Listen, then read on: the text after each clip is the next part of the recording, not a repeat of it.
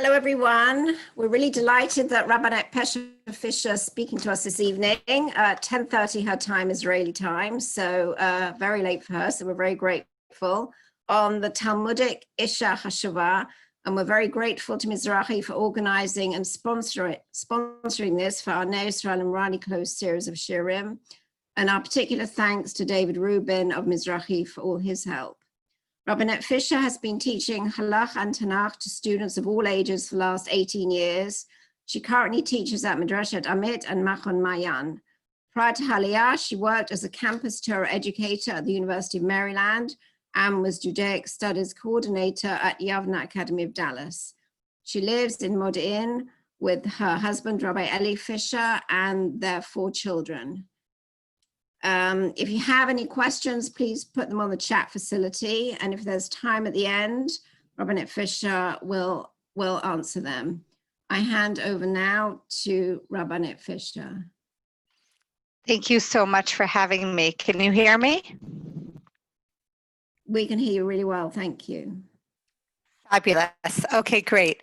What we're going to do today might be a little bit different from the shiurim that you're used to. So I will be asking for participation via the chat during the shiur at certain points. So you'll know when I call out a question that you should answer it there, and we'll use it that way. And that way people will be more involved in the shiur. The plan of what we're going to do today is really explore what the Isha Chashuva is, both in halacha and also in Agadah. Today is Mother's Day in parts of the world. I know not in England. Looked that up and saw that it was in March.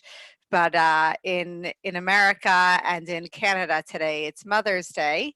And I thought that it would be nice to explore what important Jewish women, if we're going to translate it that way, and we'll decide later on, have done for us and have changed the way that we think. Sadly, I think that we've heard this phrase Isha Chashuva lately in a different context, in the women that we've lost due to Corona, many of whom were beautiful, important, wise, educated women. And what I want to do is really look at the source of what this is. And we're going to be kind of, looking at different texts. I'm going to be pulling up the source sheet that I sent ahead of time on shared screen, so you'll be able to see the sources as we have the shiur, and I'll be flicking it on and off just so that you're aware. So I'm going to actually pull it up right now.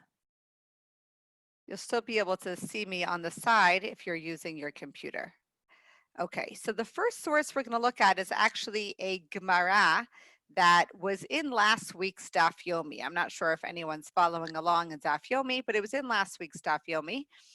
And the conversation background really is, what is a woman allowed to wear outside of her home, right, in Reshut Harabim, in the public domain, when there's no Eruv? And the conversation gets technical. We're going to start, you might have noticed the background behind me is not a random picture. It's going to be part of our first source in the Gemara. And as it comes up, you'll look and you'll say, oh, so that's why that weird thing is behind her. I get it now. Okay, so here we are. We're in source 1, which you should be able to see in front of you. And the Gemara says that it lists off a number of things that a woman is not allowed to go out wearing, different types of jewelry. And they bring up the following: Velo be'ir shel zahav. And she's not allowed to go out wearing an ir shel zahav, right? Which literally means a city of gold. The Gemara then asks, my be'ir shel zahav, what is a city of gold? What does it mean to wear a city of gold? And Rabba Bar Bar Chana says, in the name of Rabbi Yochanan, it's Yerushalayim de Tahava, right? It's literally, right? Jerusalem of gold. And in case you still don't know what that means, he explains, Keda'avile Rabbi Akiva Tibitehu. It's like the one that Rabbi Akiva made for his wife. Okay. I'm going to stop the share for a second, even though we're smack in the middle of the Gemara, just to give you a little bit of background as what is this thing behind me that Rabbi Akiva made for his wife? What is this tiara? I wish I had one, right? That was Jerusalem of gold. And my husband says, don't hold my breath, but I still want one. I'm holding out for one of these Jerusalem of gold tiaras. The story goes like this, and it's a story from the Gemara that you might be familiar with. Rabbi Akiva's wife, right, has really supported him in a very tough situation. Her father never wanted her to marry him because he was this poor, ignorant shepherd, and her father was a very wealthy person. And you're going to see that wealth and daughters of wealth are going to come up a lot in today's shiur. Anyways, she marries him anyways, even though her father is not pleased with the match. And she sends him off to learn Torah, right? And this is a familiar story to us. She sends him off to learn Torah, not for 1 year, not for 2 years, right? She sends him off for 12 years of learning Torah. And there she is alone and poor because she's been disowned from her family. And, you know, her neighbors aren't very kind, right? Her neighbors are making fun of her and talking about her behind her back. And one neighbor, you know, is kind of needling her. And she says to the neighbor, you know, if my husband could hear me now, he would go and learn more Torah. He would stay off and learn more. And there's this very sweet scene that's recorded in the Gemara of them in this very poor, almost hovel, right, sleeping on straw, and he is pulling out straw from her hair and promises her that one day she will have this Ir Shel Zahav, which you can see behind me, after the 24 years. And this is, you know, a pretty important story as we get close to Lag BaOmer. He comes back home with many, many students. And as she rushes to greet him, and this will, you know, connect us to the text even more, as she rushes to greet him, she falls at his feet. I know I'm like moving and you can't see my feet here, but she falls at his feet, and the students kind of push her away. Like, who is this woman bowing down, touching the rabbi's feet? This is terrible and awkward. And he responds, right, that the Torah that they have, right, and the Torah that he has is because of her. So it's this beautiful love story.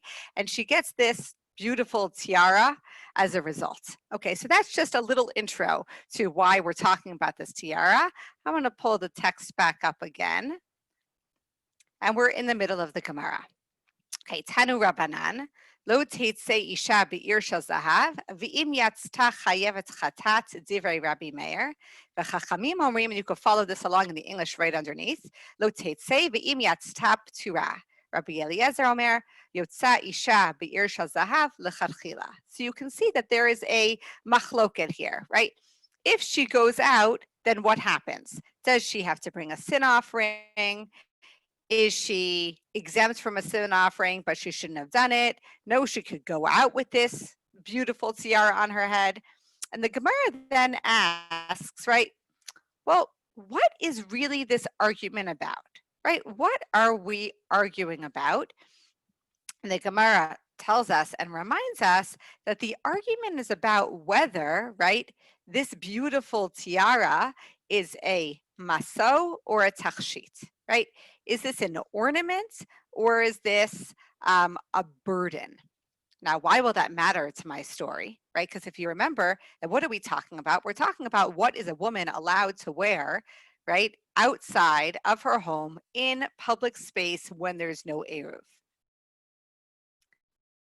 So the Gemara says, well, if it's jewelry, then what, right? Then we're going to assume she can wear it. That's an assumption, by the way. And if it's a burden, then obviously she can't wear it. Okay, I'm scrolling down a little bit in the Gemara. You could see it's right after where the argument is presented. And Rabbi Eliezer states his opinion. Rabbi Eliezer savar, mantar chad demefik ir shel zahav, isha chashuva, v'isha chashuva lashlafa umechaveh. Right, Rabbi Eliezer says, this is not a concern, right? It's not a concern about this ir shel zahav, this beautiful tiara, and her going outside in this beautiful tiara, because the only kind of woman that has an ir shel zahav is an isha chashuva.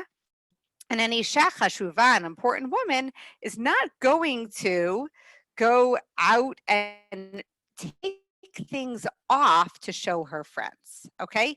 Which means that what is this conversation about? I don't have any jewelry on this desk here, but you know that, remember when shuls were still open? And after shul, everyone is admiring, right, what everybody is wearing. This wasn't so long ago, a couple months ago, we did this. Oh, you look so great. I love that dress on you. You look fabulous, right? Oh, is that a new necklace? I love that necklace. Now, the question the Gemara is really asking is, if I tell you I love your necklace, does that mean you're going to take off the necklace and show me? Be like, oh, look at my beautiful necklace, right? Here it is. Do you like it? In which case, if I took it off of me, right, and I start showing people walking around with it, then I am carrying, right, outside in public space in an eruv. And the opinion of Rabbi Eliezer is, wait a second, who is wearing this beautiful tiara, right? Who's wearing this beautiful tiara? Only an Isha Chashuva. And an Isha Chashuva, an important woman, is not going to wander around and take off her jewelry and show people, because that's considered very low class, right? It's low class to take off your jewelry and be like, oh yeah, I got this. It was on sale, $5, right? It's low class. If you're an important woman and you have this beautiful tiara, you're just going to wear the beautiful tiara. You're not going to take it off. You're not going to be showy, right? That's not what's happening. Now, if I would stop right here, and I'm actually going to ask you to answer this in the chat right now. If I would stop right here and say, based on this Gemara that we just saw in Shabbat, what is an Isha Chashuva, right? What is an important woman? I'd like to see some answers in the chat below. What is an Isha Chashuva? If we stopped here, if we said, oh, this is the only source that I'm going to use today, this is it.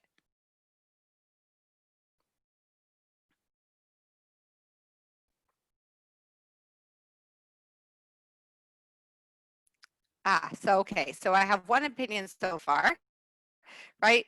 One opinion is, right, it's a wealthy woman. Isha Chashuva would be a wealthy woman. A wealthy woman is someone who is not going to take off her jewelry and show it to everyone, right? Anybody else? Anyone disagree with this? It's a wealthy woman? I like the way Roxy is thinking right now, right? The wife of someone important. Okay, I wish I could ask her right now, but maybe I'll ask her at the end. The wife of someone important, because we're going to assume that someone important treats his wife nicely. She has beautiful jewelry and important, right? The wife of someone important is not going to go around and, you know, be showy. Somebody else wrote a woman of means. She has class. She has elegance, right? Somebody else wrote she's a role model, right? Julie wrote she's a role model, right? She's a teacher. She shows people the way to behave. Okay, so let's see. We're not going to stop right there, because that would be weird if I only brought you one source tonight. We're going to move on to another source. And the source that we're going to look at right now is going to be probably what you thought of when you heard this phrase, Isha Chashuva. You might have heard this idea before, right? And the idea before that you might have seen is on the idea of Pesach, right? We're not that far away right now. Here's the Gemara in Pesachim, and the conversation is Seder night. Do women lean or do they not lean, right? You may have been part of these conversations before in your life, right? Do we lean? Do we not lean? What do we do? Some people lean, some people don't lean. We're looking at the Gemara. It's source 2 on the page. Isha etzel ba'ala, lo baye haseba, ve'im isha chashuva hi tzricha haseba. The Gemara presents this, right? A woman who is with her husband is not required to recline, but if she's an important woman, she's not required to recline. She is required to recline, right? Now, if we stopped right here and I asked the exact same question that I asked before, who is an Isha Chashuva? Who is an important woman? Then what would you tell me? Ah, Irene, I like you already. That's coming soon in one of the texts. Okay, if I stopped right here and I said, right, what is an important woman according to that Gemara, right? Do we lean? Do we not lean? Ah, a woman who is with her husband doesn't lean, right? But if not, then she's an important woman and she should lean. I'm going to ask the question again. Let's see. Ah, so Julie says if she's alone making Seder, then it means that she leans, right? Meaning alone, meaning what, by the way? Means that she's not with her husband, right? If she's with her husband, she doesn't lean. If she's with her husband, she doesn't lean. If she's not with her husband, then she should lean. So what does that mean? In other words, what's an Isha Chashuva? Maybe she's not married, right? Or maybe she's an independent-minded woman, right? Maybe she's a widow, and therefore she's an Isha Chashuva, right? She's this important woman, and she's independent, and she's on her own, and therefore she leans. It's an interesting way of thinking about it. Okay, so let's go back to the text for a second. She's leading the Seder. Julie, I think we were friends in a former life. She's leading the Seder, and she wants to do the mitzvah. Interesting, Abigail. But here it doesn't seem like it's a want. It's a, if she's with her husband, she shouldn't lean. And if she's alone, then she should lean. Okay, so let's take a look at the text for a second. And we're going to see a number of opinions here. Some of them will be familiar to you, and some of them will not be familiar to you. Okay, the first kind of commentary underneath, right, the Gemara, this is source 3, is literally a commentary on this, the Beit HaBechira, says, She'en cherut li'isha etzel ba'ala, and I actually see in my little thumbnails on the side that there are some husbands watching this year, so this should be fun. Ve'im isha chashuva hi tzricha haseba, she'en shivchot bi'ishut shela. Okay? A woman has no freedom in her husband's presence, and if she's an important woman, she needs to recline because there's no servility in her marital relationship. I'll stop the share for a second so I can see your faces in the response to that one. Let's read it again one more time, right? That if her husband's there, she doesn't lean, but if she's an important woman, it's not, according to the source, that she's not married, it's that there's something different about her relationship, right? What's different for this important woman? Someone want to write it in the chat. An important woman does lean because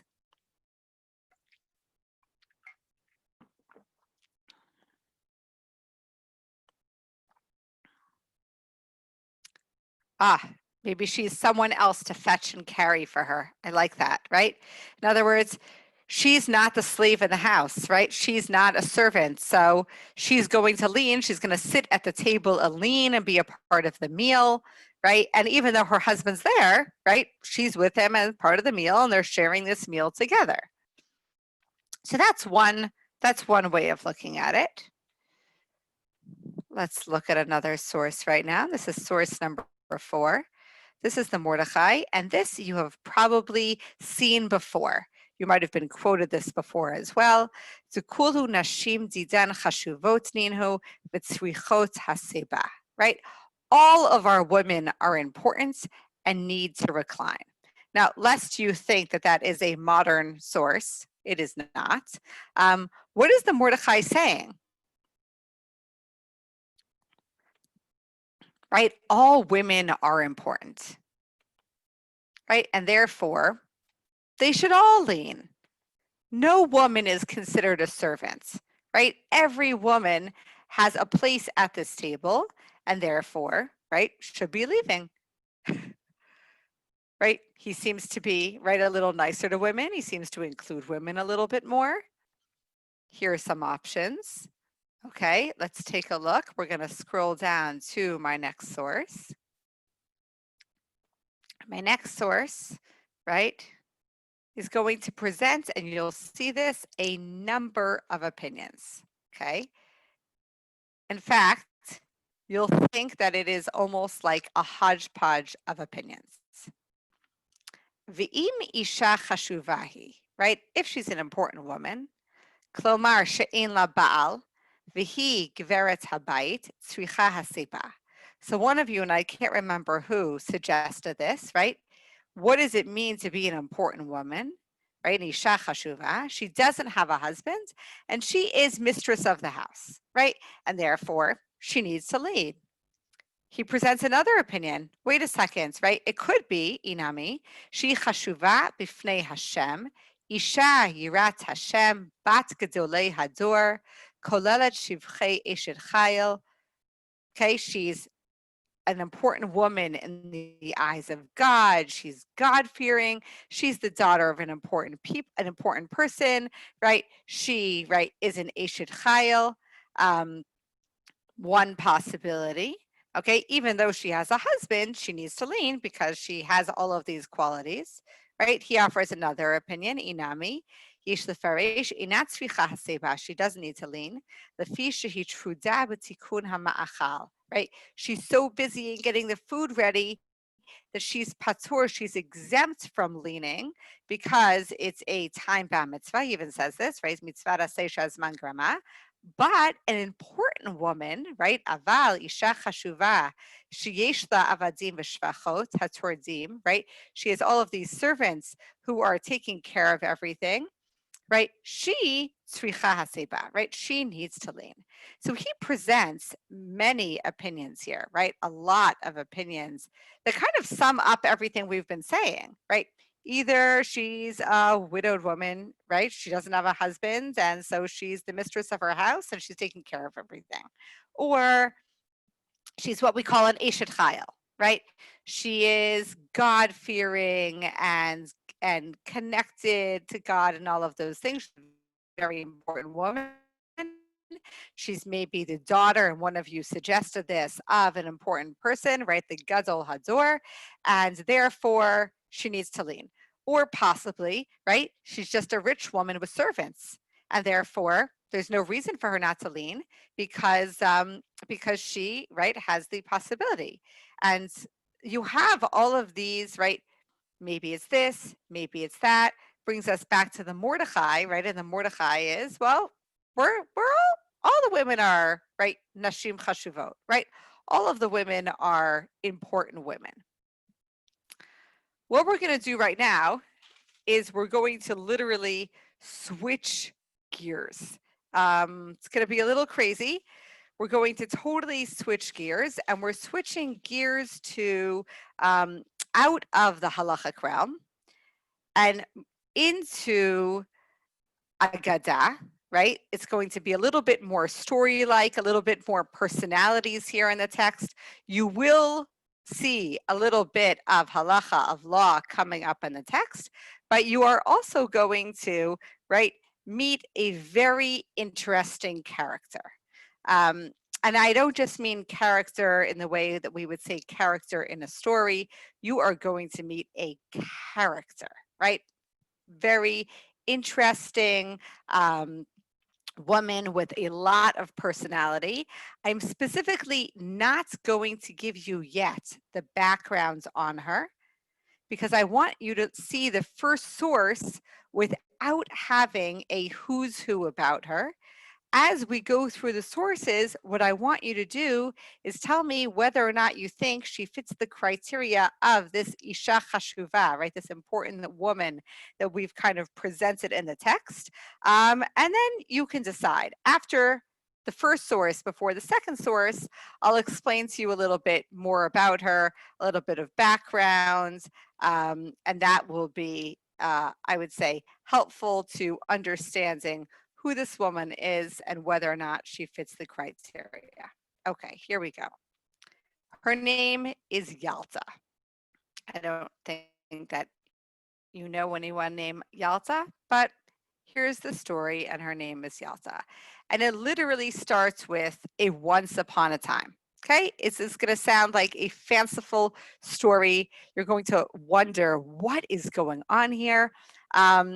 You're also going to be introduced to a little bit of politics here, right? Politics in the time of the Talmud, a little bit of Babylonian politics.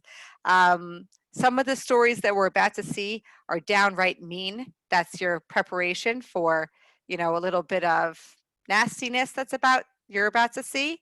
And we'll decide what we're going to do with that and what her role is really in this relationship between politics and halacha and who's who in the Babylonian community. Okay, here we go.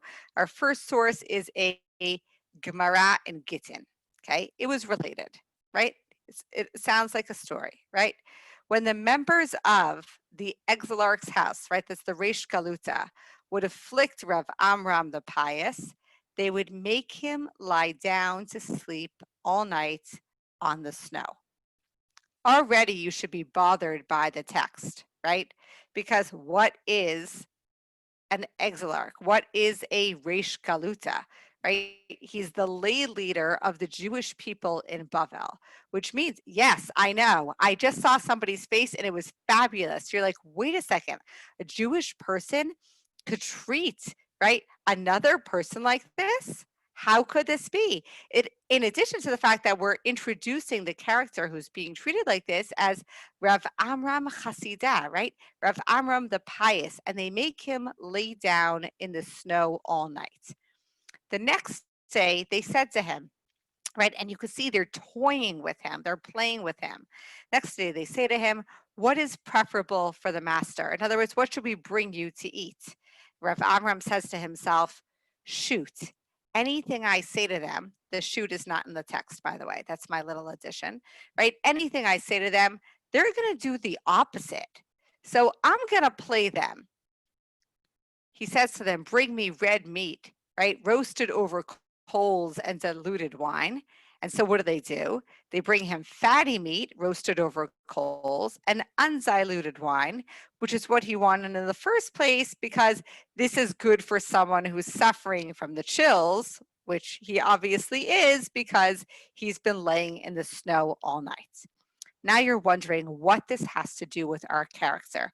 Well, here she comes, okay? Sham'a Yalta, right? Yalta hears that this is what, right, the members of this household did to Rav Amram, and that he's suffering from the chills. She brings him to the bathhouse. She places him in the water until the water of the bathhouse turns red like blood and his flesh has like spots, but he's revived, right?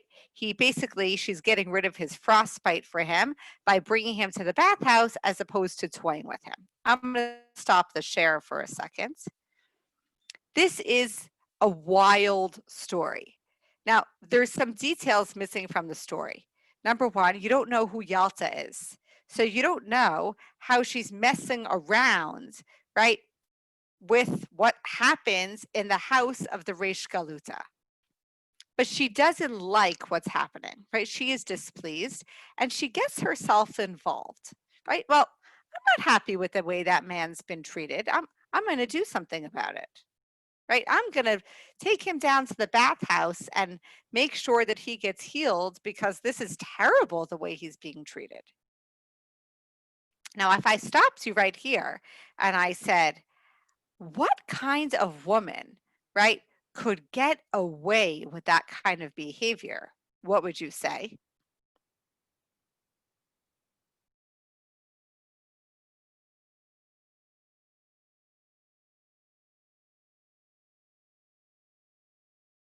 I'm curious to see.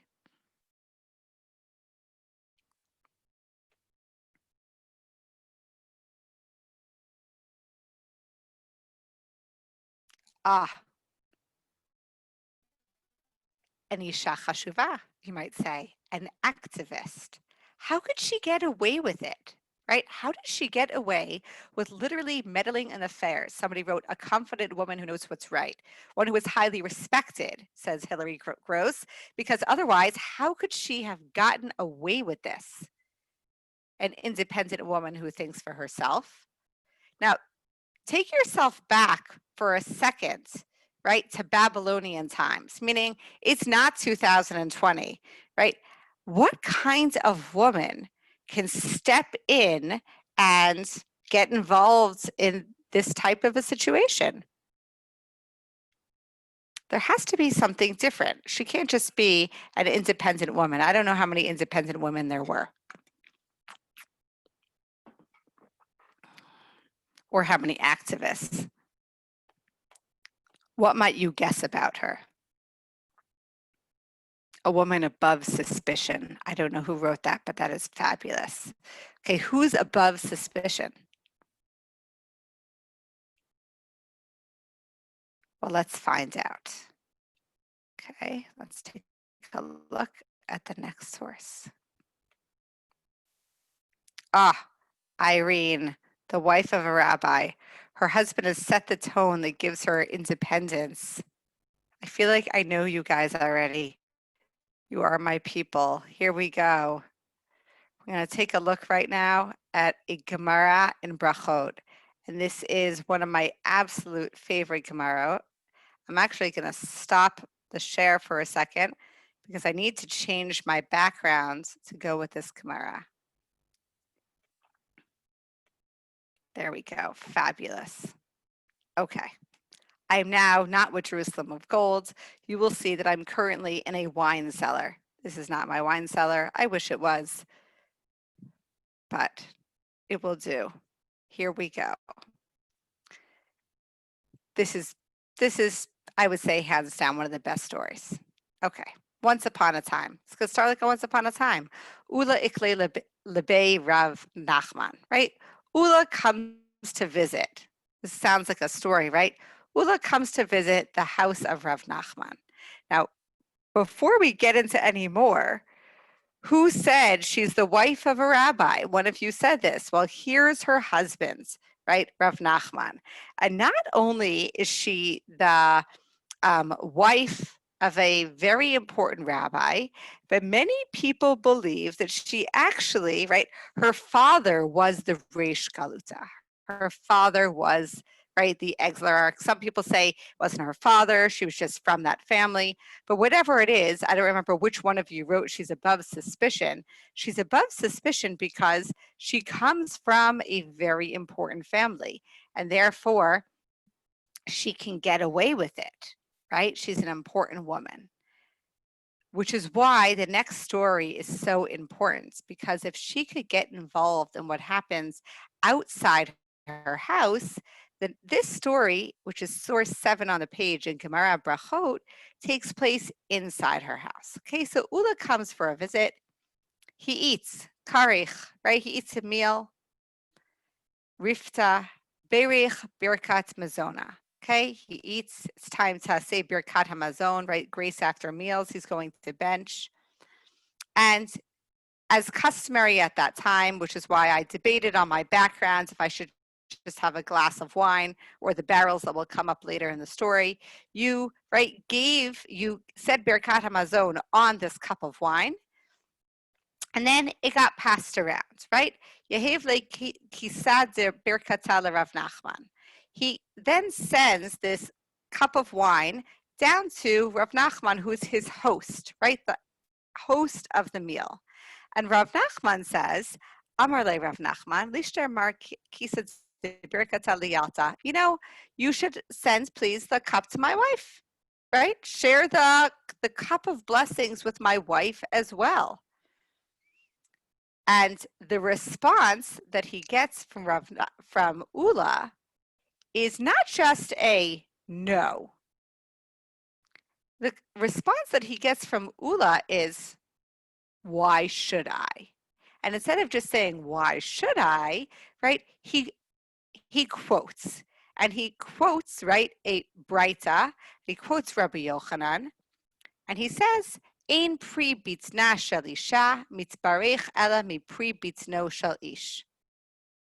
The fruit of a woman's body is blessed only from the fruit of the man's body. Shne'amar, as it says in a pasuk, uberich pri bitnacha, pri bitna lo ne'amar, ela pri bitnacha. Right? It doesn't say the fruit of her body, right? It says the fruit of your, and it's masculine singular body.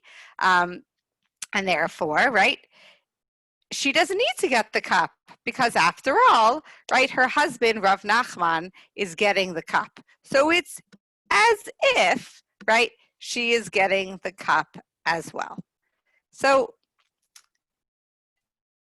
I'm going to stop the share for a second so I can see some of your faces.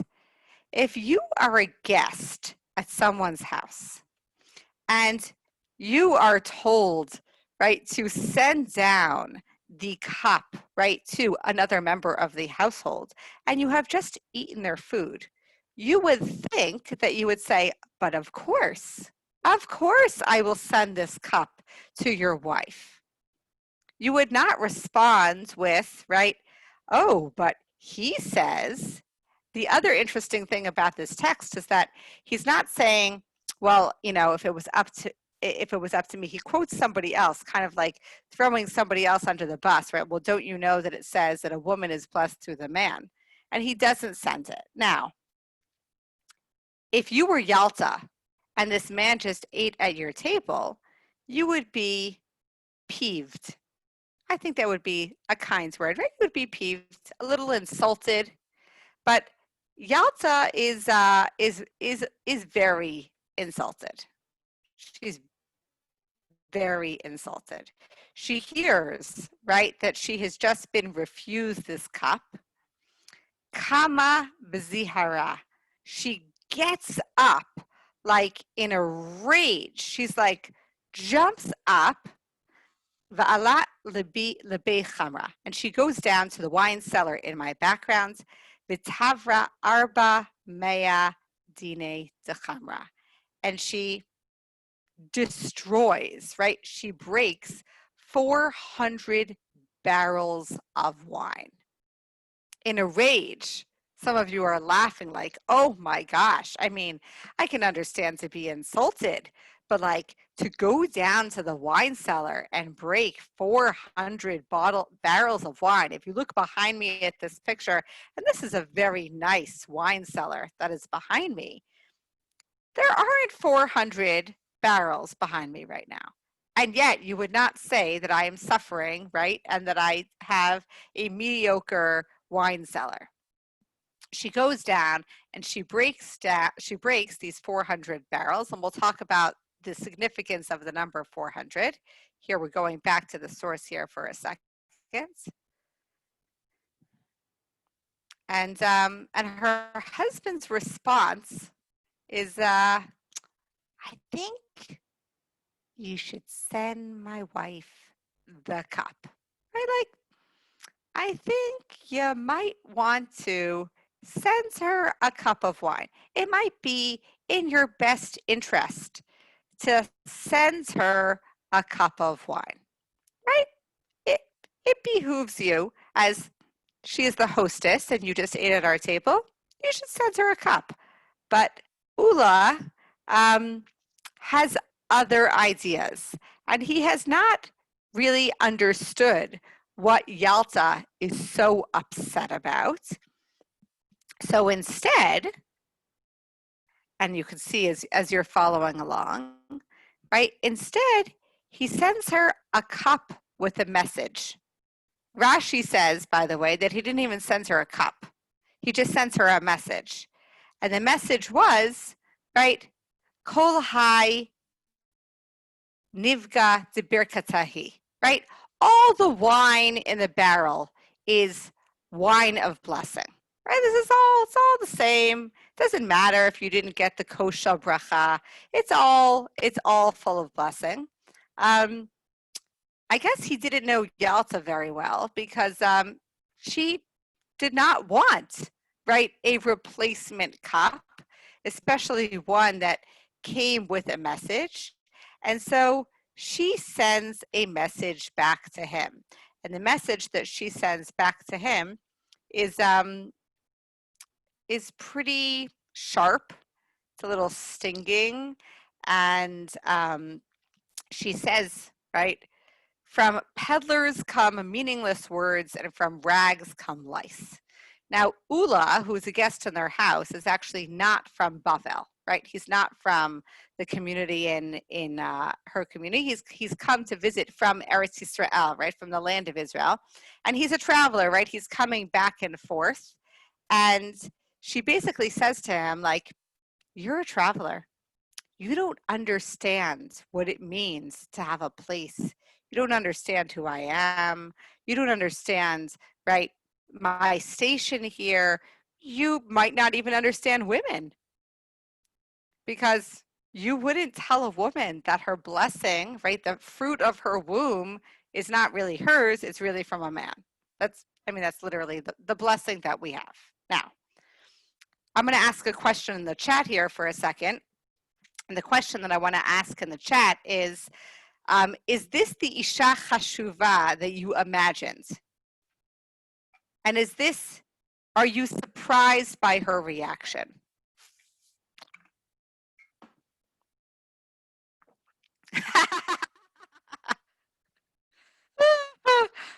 Just got a Yalta should have invited Ula to do the dishes.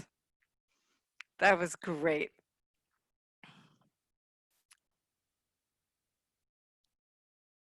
Absolutely fabulous. First of all, right, she's offended. Does she have the right to be offended? It's not expected. Chani Golden, you're going to have to explain what that means. What does it mean? What's not expected? It's not expected that she should get the cup, or it's not expected that she should get so angry. Write me another text.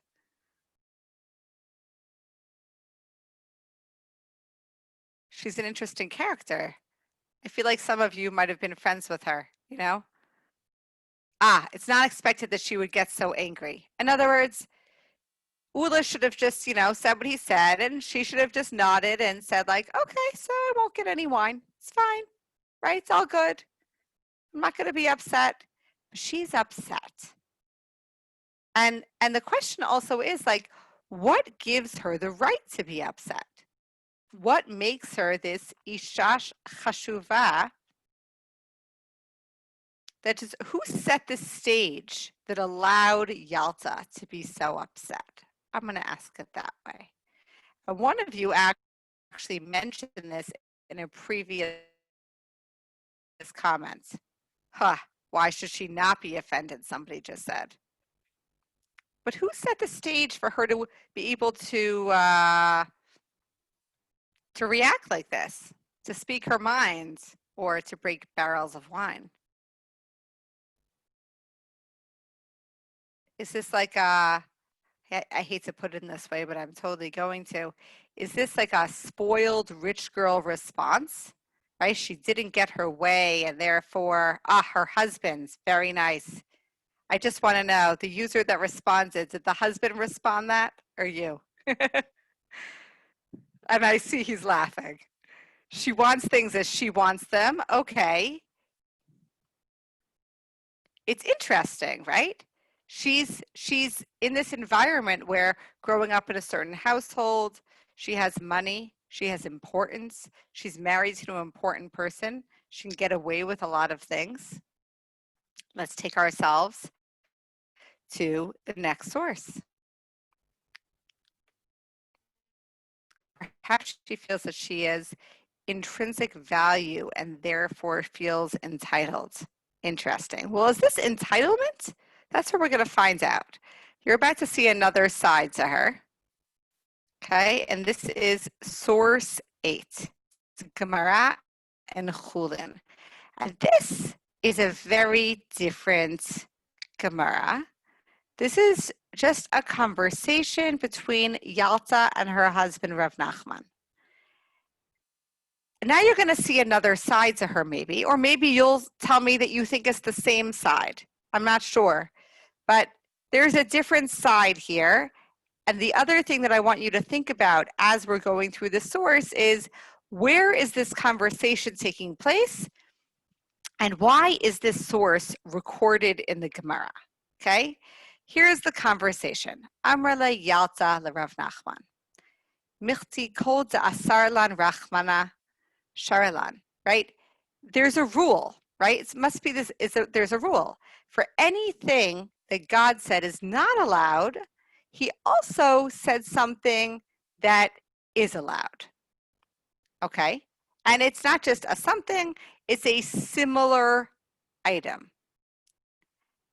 And now, in other words, she presents a rule, and now following the rule that she has presented, she is going to give examples of this rule. Okay? He prohibited to us the consumption of blood, yet he permitted to us the consumption of liver, which is filled with blood and retains the taste of blood, right? If any of you have, koshered liver before in your life, right, you know that this is true. And that's our first example, right? Second example. And by the way, keep the categories in mind of the examples that she's giving, okay? So the first one is, right, I'm just reminding you, you're not allowed to eat blood, but you are allowed to eat liver, which is basically filled with blood and kind of tastes like blood. Category number 2, God prohibited sexual intercourse with a menstruating woman, but permitted sexual intercourse with one's wife whilst she discharges the blood of purity, right? Dam tahor. That's category number 2. We would say category number 2, right, is the laws of nidah. Category, right, what we would call the laws of family purity. Category number 3, right, during a particular period after birth, I just read that part. Okay. Furthermore, here's another one. You're not allowed to eat chaylev behema, right? Chaylev chaya, chazir, right? You're not allowed to eat the forbidden fat of a domesticated animal, but you're allowed to eat the fat of an undomesticated animal, which kind of has the same flavor. Now, note, by the way, those things are going to be very important. You're not allowed to eat, right, pig, chazir, but you are allowed to eat the brain of the shibuta fish, which is similar in taste to pig. You can't eat giruta, a non-kosher fish, but you can eat, right, the tongue of a fish, which tastes similar. She keeps on going with her examples, right? You're not allowed to have sexual intercourse with the wife of another man, but you're allowed to, right, but permitted one to marry a divorced woman in her previous husband's lifetime. The Torah prohibits sexual intercourse with one's brother's wife, and yet it permits one to marry his yivama, which is when the brother's widow dies and they had no children. And here's her last example. The Torah prohibits sexual intercourse with a Gentile woman, but permitted one to marry a beautiful woman who was a prisoner of war. Now she presents all of this. In other words, she presents, I'm going to stop the share for a second before we get to the last line. She presents a rule. She presents examples of the rule, right? And a lot of examples in many different categories, right? Categories under kashrut, categories under nidah, categories under laws of marriages, all different halacha categories. And now she is going to present her question on the rule. And here's the question. The question is, but wait a second. We're not allowed to eat basar v'chalav, right? We're not allowed to eat meat and milk cooked together. I want to eat something that tastes like that. I want to eat that. So what's my thing that's allowed, right? If there's a rule that for everything that's not allowed, that there's something that is allowed, then for meat and milk that we can't eat, there should be something that's allowed. And Rav Nachman hears her say this, and he calls to the cooks, hey cooks, go and make her, right, roasted udders on a spit, okay, which obviously the udder has milk inside of it, right, but the udder itself is part of the cow and is therefore meat. And then the Gemara asks, wait a second, didn't we learn that you're supposed to tear the udder first? Rav Nachman didn't tell his cooks to tear the udders, right? And the Gemara responds, right, the requirement was only stated for regard to cooking in a pot and not with roasting. You're allowed to do it that way with roasting. Now, what is happening in that Gemara? First of all, where do you think that story is taking place? Is this an in the house conversation, right, between husband and wife? They're, talking Jewish law. Is this a conversation that took place, right? Sounds almost like a Beit Midrash conversation, right? She sounds like a chavruta here, right? A learning partner where they're going back and forth and she says, well, what about this? And what about this? And what about this? Hey, what about milk and meat? I always wanted to taste that. Where's my allowance there? And is this story, right? Is this Gemara show you a different light to Yalta? Or is this really just the same vein of this character that you thought you knew and you're like, okay, so it's just another facet to this very important woman? Let's see what you guys have to say. First of all, where do you think this conversation is taking place? Is this let's have a conversation over dinner? Is this we're sitting in a Beit Midrash? My husband's my chavruta. We're having this conversation.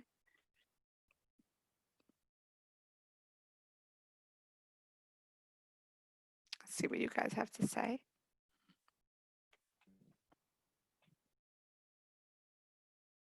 And is it surprising to you that she seems to know a lot about Jewish law? A lot, meaning she's giving a number of examples from all different areas.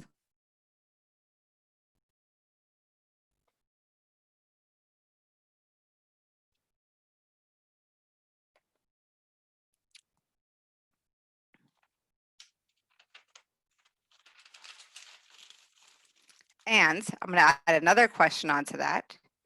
What do you think about the fact that her husband responds, oh, I know how you can have this milk and meat together. Cooks, go make her something. Okay, so I have one from Roxy. She's very learned and she knows halacha. Is it surprising that she knows halacha? Oh, look at that. Oh, the answers are coming in. They're learning together. Her husband must consider her an equal. Wealthy, the fact that she's wealthy maybe means that she's learned also. Halachic chat with her husband, perhaps they learn together. She's very learned because she's the daughter, she's not the daughter of a rabbi, but she's daughter of a very important family, and maybe she's the daughter of a rabbi and she's married to a rabbi, right? But she seems to be very, very learned. What do you think about the fact that she wants to taste milk and meat together?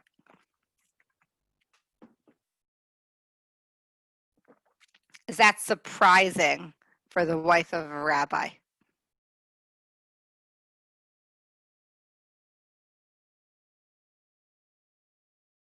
Testing boundaries, nice. She's very curious. She knows things from his field and she knows things from hers as well. Ah, Irene, very nice. We're meant to want to, but she actually wants to, right? And her husband's response is like, okay, let's get some udders roasted and now we can have milk and meat together. Okay, so let's take this woman and let's bring her back. Okay, let's bring ourselves back to the original categories that we started with, right?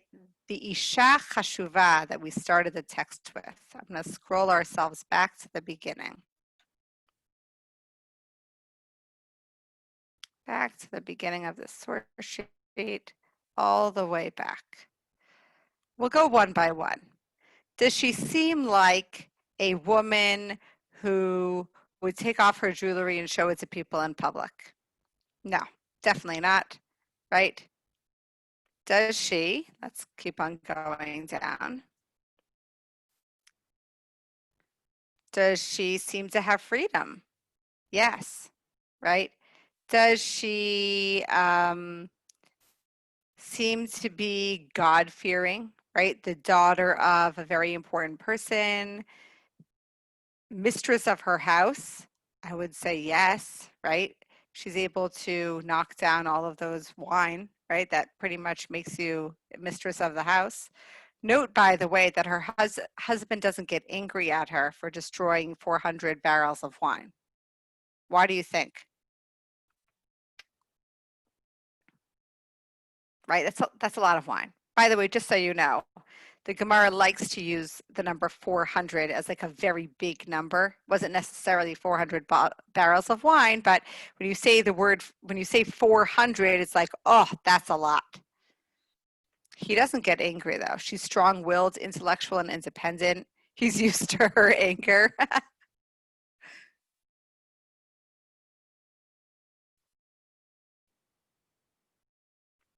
Or maybe the barrels of wine belong to her. Think about that, right? Maybe they're her barrels of wine. They came into her family, right, through her. So if she wants to destroy her own barrels of wine, so be it. Let's see these other answers. Irene, we are friends from another life. He understands that she's been insulted. This maybe was part of her dowry. Okay, does everyone know how to use the thumbs up icon on Zoom? If not, you can put a physical thumbs up. If you think this woman is an Isha Chashuva, give me a thumbs up. And if you don't, give me a thumbs down and tell me why. Okay, I'm seeing a thumbs up here. I saw a physical thumbs up. I see a not thumbs up. Let's see. I don't see all your faces, so that's a problem. But some people are responding. Oh, good. People who are not doing faces are still giving me thumbs up. I got a clap about her. Nice. I don't see anyone that gave her a thumbs down. That's fascinating. Oh, and I got some thumbs up in chats. So these are not all the stories about her, just so you know. There are other stories in the Gemara which I found even more interesting, that show her as halachic exceptions to the rule. Being able to use oils on Shabbat, being able to be carried, right, on one of those fabulous chariots. I'm not getting one of those either, apparently, and carried through the streets. And she is very much seen as an exception to the rule.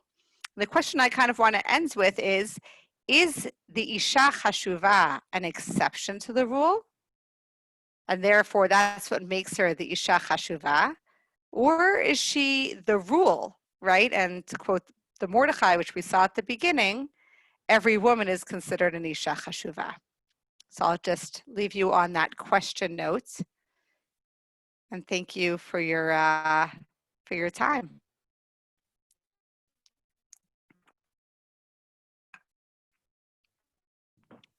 Wow, thank you very much, Rabbanit Pesha. Given us so much food for thought, plenty of fuel in thinking about Isha Chashuva. Been really eye-opening, intriguing, and thought-provoking. So thank you. And repeat our thanks again to Mizrahi for organizing and sponsoring this. Next week, Dr. Hagit Blas will be speaking to us on exploring the sugya of Sefirat Omer. I want to thank everyone for joining us. Look forward to seeing you next Sunday evening at 8:30. And thanks again to Rabbanit Pesha. It's 11:30 p.m. your time, so you must be exhausted. Thank you for all your energy and dynamism. Thank you. Good night. How do we get out of this? I don't know how it works. Thank you, Susan. There's Naomi who also co-organises some rally close. Naomi Landy, that's right. Thank you, Naomi. Thank you. Okay, Anita. Is there anything else to announce? Nothing. All right. You've done it. Thank you.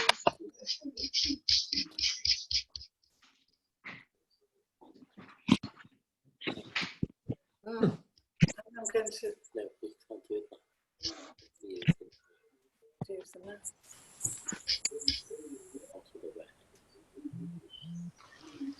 Oh, there's